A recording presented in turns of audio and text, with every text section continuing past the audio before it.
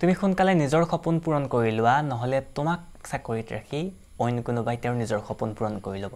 এই কথাটো মই কোৱা নাই এই কথাটো গুজৰাটীসকলে কয় তেওঁলোকে এই কথাটো বিশ্বাস কৰে আসলতে আজিৰ এই ভিডিঅ'টোত আমি আলোচনা কৰিম যে গুজৰাটীসকল কিয় ইমান ধনী তেওঁলোকে ব্যৱসায়ত কিয় ইমান সফল তেওঁলোকৰ এনেকুৱা কি কোৱালিটি আছে যেটো আমাৰ লগত নাই তেওঁলোকে কথাবোৰ কেনেকৈ ভাবে যে তেওঁলোক ব্যৱসায়ত সফল হৈ যায় যেটো কোৱালিটি আমাৰ লগত নাই সব দেশৰ যদি ডাঙৰ ডাঙৰ উদ্যোগপতিসকলক চাই আম্বানী আদানীকে ধৰি তেওঁলোকৰ বেছিভাগেই কিন্তু গুজৰাটৰ পৰা যদি ডাঙৰ ডাঙৰ উদ্যোগসমূহ চাই নিৰ্মা ইফকো আমুল বা অটোমোবাইল সেক্টৰৰ যদি ডাঙৰ ডাঙৰ কোম্পানীসমূহ চাই ডাঙৰ ডাঙৰ টেক্সটাইল ইণ্ডাষ্ট্ৰীসমূহ যদি চাই তেনেহলে আপুনি দেখিব যে সেইবিলাক ইণ্ডাষ্ট্ৰী গুজৰাটত স্থাপিত আসলে গুজৰাট ব্যৱসায়ৰ ক্ষেত্ৰত কেনেদৰে ইমান আগবাঢ়ি গ'ল গুজৰাটীসকল ব্যৱসায়ত কিয় ইমান সফল আপোনাৰ জানিব মন নাযায়নে আজিৰ এই ভিডিঅ'টোত আমি সেই বিষয়ে আলোচনা কৰিম আপুনি ভিডিঅ'টো শেষলৈকে চাই থাকিব চাওক ব্যৱসায়ৰ লগত গুজৰাটৰ সম্বন্ধ বহুত পুৰণি আপুনি যদি হিষ্টৰী ষ্টুডেণ্ট হয় বা আপুনি এনেও আপুনি শুনিব ইন্দুছ ভেলী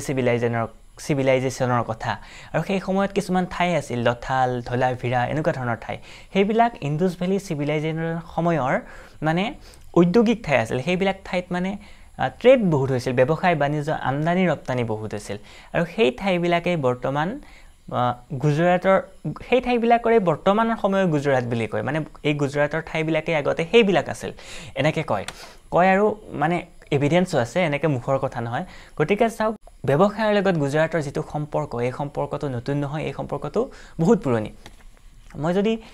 গুজৰাটৰ কিছুমান ফেক্টৰ কথা কওঁ আপোনাক যে আমাৰ ইণ্ডিয়াই যিমান পাৰ্চেণ্ট কটন উৎপাদন কৰে এক বছৰত তাৰে 30% কন্ট্ৰিবিউশন আছে গুজৰাটৰ অকলে আমাৰ ইণ্ডিয়াই যিমান কটন মানে ৰপ্তানি কৰে বেলেগলে তাৰ ভিতৰত গুজৰাটৰ অকলে আছে 60% কন্ট্ৰিবিউশন আমাৰ দেশৰ 80% ডায়মণ্ড গুজৰাটৰ সুৰাটত পলিচ হয় ইয়াৰ উপৰিও গুজৰাট গোটেই পৃথিৱীৰ ভিতৰতে ডেনিম উৎপাদনৰ ক্ষেত্ৰত 3 নম্বৰত আছে আমাৰ ইণ্ডিয়াই যিমান টেক্সটাইল বাহিৰলৈ ৰপ্তানি কৰে এক্সপোৰ্ট কৰে তাৰ ভিতৰত গুজৰাটৰ অকলে আছে 12% গতিকে আপুনি এই ডাটাখিনিৰ পৰা গম পাব যে গুজৰাট আমাতকৈ কিমান আগবাঢ়ি আছে গুজৰাটৰ জিডিপি প্ৰত্যেক বছৰে 12% কে বাঢ়ি আছে যদি গুজৰাট এখন সুকীয়া দেশ হ'লহেঁতেন তেন্তে ব্ৰাজিল চাইনা এনেকুৱা ধৰণৰ বহুত ফাষ্ট গ্ৰোইং ইকনমি মানে বহুত খৰতকীয়াকৈ যিবিলাকৰ অৰ্থনীতি বাঢ়ি আছে অৰ্থনৈতিক উন্নয়ন হৈ আছে তেনেকুৱা দেশৰ পিছতে কিন্তু নাম গুজৰাটৰ আহিলহেঁতেন এইটো চিয়ৰ গুজৰাটীসকল এনেকুৱা মানুহ আমেৰিকাত গৈ আমেৰিকাতেই থাকে আমেৰিকাৰে খায় আৰু এজন আমেৰিকানতকৈ 3 গুণ বেছি ইনকাম কৰে তেওঁলোকৰ মাইণ্ডছেট এনেকুৱা মই এটা সৰু উদাহৰণ দিওঁ মই এবছৰমান আগত গুজৰাটত গৈছিলোঁ কিবা এটা কামৰ কাৰণে আৰু তাত মই এমাহমান আছিলোঁ তেতিয়া মই দেখিলোঁ যে গুজৰাটত কোনো মানুহ কাৰো ওপৰত নিৰ্ভৰশীল নহয় সব আত্মনিৰ্ভৰশীল সকলোৰে নিজৰ নিজৰ ইনকাম আছে মই যিমানবিলাক শ্বপিং মলত ঘূৰিলোঁ যিমানবিলাক ডাঙৰ ডাঙৰ কাপোৰৰ দোকানত ঘূৰিলোঁ তাত দেখিলোঁ যে তাত উচ্চ শিক্ষিত মানুহবোৰ আছে এখন দোকানত গৈ মই দেখিলোঁ যে এজন মোতকৈ অকণমান ডাঙৰ ল'ৰা এজন আছে আৰু তেওঁৰ লগত মোৰ কথা বতৰা হ'ল তাৰপিছত গম পালোঁ তেওঁ MBA কৰি আছে এখন তেওঁৰ দেউতাকৰ দোকান আৰু তাত তেওঁ সহায় কৰে আৰু তেওঁৰ MBA কমপ্লিট হোৱাৰ পিছত তাত গৈ তেওঁ বিজনেছ চম্ভালিব আমি এয়াৰপৰ্টলৈ যোৱা গাড়ীখনত মানে গাড়ীখনৰ যিজন ড্ৰাইভাৰ তেওঁক দেখি মোৰ নালাগিল যে তেওঁ ফুল টাইম মানে গাড়ী ড্ৰাইভাৰ তেওঁক দেখাত উচ্চ শিক্ষিত যেন লাগিল তেওঁৰ লগত কথা বতৰা পাতি গম পালোঁ তেওঁৰ ব্যৱসায় আছিল তেওঁ বয়স হোৱাৰ কাৰণে তেওঁ নিজৰ ল'ৰা দুটাক ব্যৱসায় চম্ভালিব দিলে তেওঁ কিন্তু এনেই থকা নাই তেওঁ পাৰ্ট টাইম উবেৰ চলাই ওলা চলাই আৰু নিজৰ খৰচটো উলিয়াই লয় তেওঁলোক পুতেকৰ ওপৰত নিৰ্ভৰশীল নহয় গুজৰাটীসকলে কি কৰে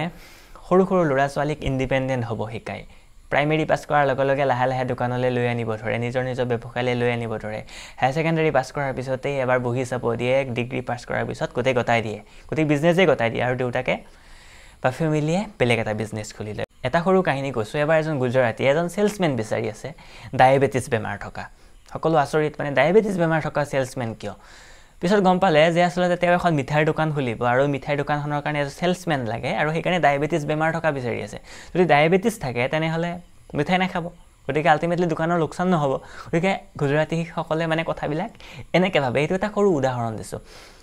আসলতে চাওক এই ভিডিঅ'টো মই কিহৰ কাৰণে লৈ আনিলোঁ এই ভিডিঅ'টো লৈ আনাৰ কাৰণটো হ'ল যাতে আমি বুজিব পাৰোঁ যে গুজৰাটীসকলৰ মাইণ্ডছেটটো কেনেকুৱা গুজৰাটখন ধনী হোৱাৰ বা গুজৰাটত ব্যৱসায়ৰ পোখা মেলাৰ অন্য এটা কাৰণ নথকা নহয় গুজৰাটখনত আমাৰ ইণ্ডিয়াৰ ভিতৰতে হাইয়েষ্ট কোষ্ট লাইন আছে মানে প্ৰায় 1600 কিলোমিটাৰ কোষ্ট লাইন গুজৰাটৰ অকলে আছে মানে সাগৰৰ লগত কানেকশ্যন হৈ আছে যদি সাগৰৰ লগত কানেকশ্যন হৈ আছে তেনেহ'লে জাহাজ অহা যোৱা কৰিব আৰু জাহাজত আমদানি ৰপ্তানি হ'ব গতিকে প্ৰাচীন কালৰে পৰা অতি পুৰণি কালৰে পৰা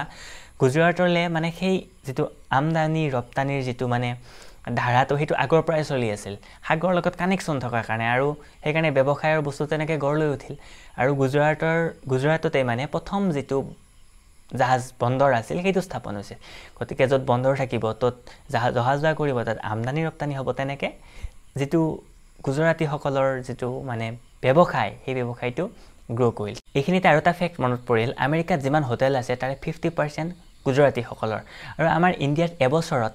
যিমান ইণ্ডাষ্ট্ৰিয়েল প্ৰডাকশ্যন হয় তাৰে 12% অকলে গুজৰাটৰ ইমানখিনি তথ্যৰ পৰা আমি গম পাওঁ যে গুজৰাটীসকল আমাতকৈ কিমান আগবঢ়া শেষত এটা কথাই কওঁ যে আমি মজা কৰোঁ গুজৰাটীসকলে জমা কৰে জমা মানে ইনভেষ্ট কৰে বাকচত জমাৰ কথা কোৱা নাই ইনভেষ্ট কৰে তেওঁলোকে মজা কৰি টকা পইচা